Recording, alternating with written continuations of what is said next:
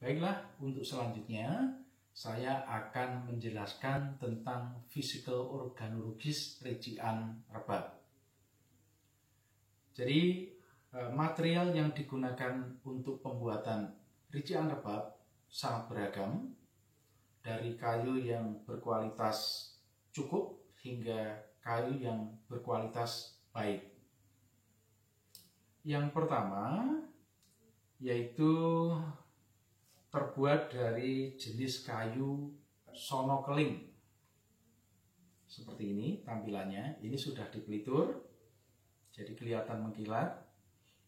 Kayunya sangat keras, ya, cukup keras. Untuk rebab yang terbuat dari kayu sono keling, di toko harganya kira-kira 500 hingga 600, bahkan sampai 700.000. Ya.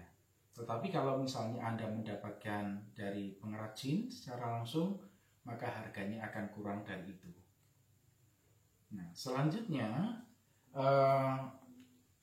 kayu yang berada di atas sono keling adalah kemuning. Kemuning mempunyai ciri warna kayunya berwarna kuning. Kayunya cukup keras dan bagus untuk dipergunakan sebagai material pembuatan rician rebab. Di toko harganya ada di kisaran 600 hingga 700. Bahkan kalau bagus sekali mungkin bisa mencapai 900.000. Tetapi kalau Anda mendapatkan dari pengrajin bisa lebih murah daripada itu. Selanjutnya di sini saya mempunyai dua contoh. Keduanya terbuat dari kayu yang sama, jadi dari kayu asam. Ini kita sebut galih asem atau bagian dalam, ya, bagian kayu yang paling tua yang berada di dalam. Nah, ini ada dua jenis.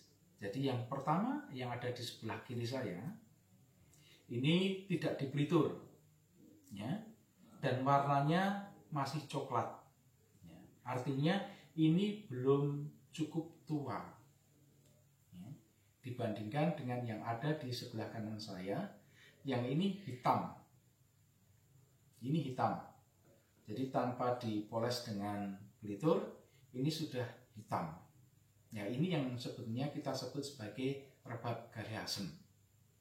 Yang sebelah kiri ini kira-kira harganya ada di kisaran 900, ya, hingga 1.200.000, ya, di toko, ya. Tetapi kalau di pengrajin tentu ada di bawahnya. Kemudian yang sebelah kanan ini sudah sangat langka sekali. Jadi untuk mendapatkan galih asem itu sangat sulit, karena tidak semua pohon asem yang ditebang itu ada galihnya. Ya, untuk rebab dengan kayu galih asem ini kisaran harganya antara 1,5 sampai 2 juta. Ya, mungkin Anda bisa mendapatkan yang lebih murah dari pengrajin. Selain dari beberapa material kayu yang digunakan untuk pembuatan rebab, masih ada beberapa material lagi yang dianggap langka dan istimewa. Yang pertama adalah rebab yang terbuat dari tanduk kerbau. Jadi dari menur sampai dengan sikilannya beserta dengan senggrengnya semua terbuat dari tanduk kerbau, kecuali bagian santannya. Ya. Kemudian selain itu ada yang lebih istimewa lagi, yaitu rebab yang terbuat dari gading gajah. Ya. Yang ada di depan saya ini adalah rebab yang terbuat dari gading gajah. Semuanya terbuat dari gading gajah.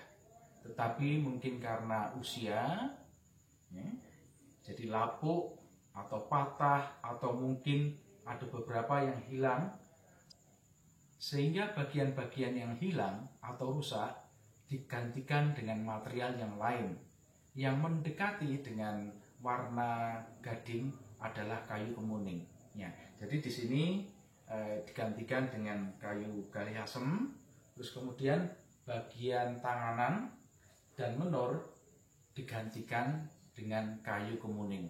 Ya, yang masih asli adalah ira-iraan, ya.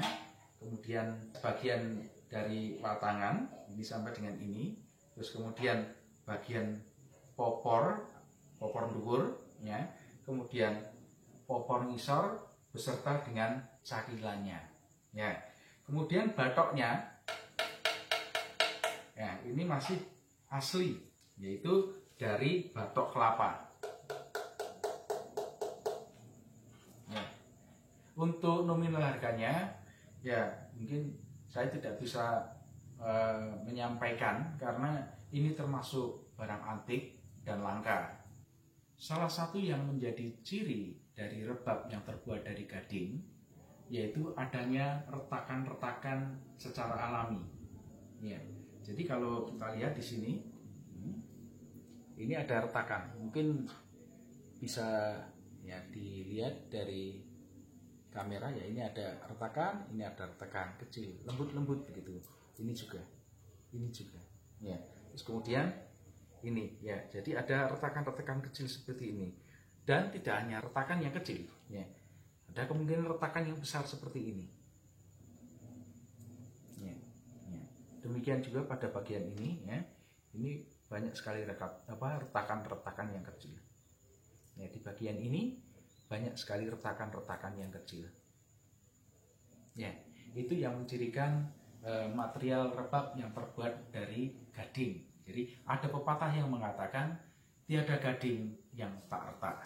Ya, bila tidak retak, maka kemungkinan adalah bukan gading.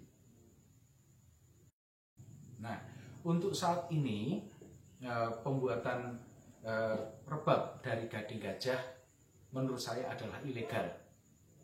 Jadi jangan sampai mempunyai pemikiran untuk membuat rebab dari gading gajah. Mari kita selamatkan dunia dari kepunahan. Rebab secara tradisional dibuat seperti ini, ya, dengan steman di sini. Ya. Jadi ini adalah bagian dari rebab yang dipergunakan untuk menyetem. Tetapi pada perkembangannya, pada saat ini juga dikenal rincian rebab dengan steman seperti ini. Jadi ini rebab model baru dengan menggunakan steman gitar. Ya. Sehingga sebetulnya ini tidak memiliki fungsi yang sama dengan rebab yang asli. Ini kita bisa lepas seperti ini, ya. Jadi bisa,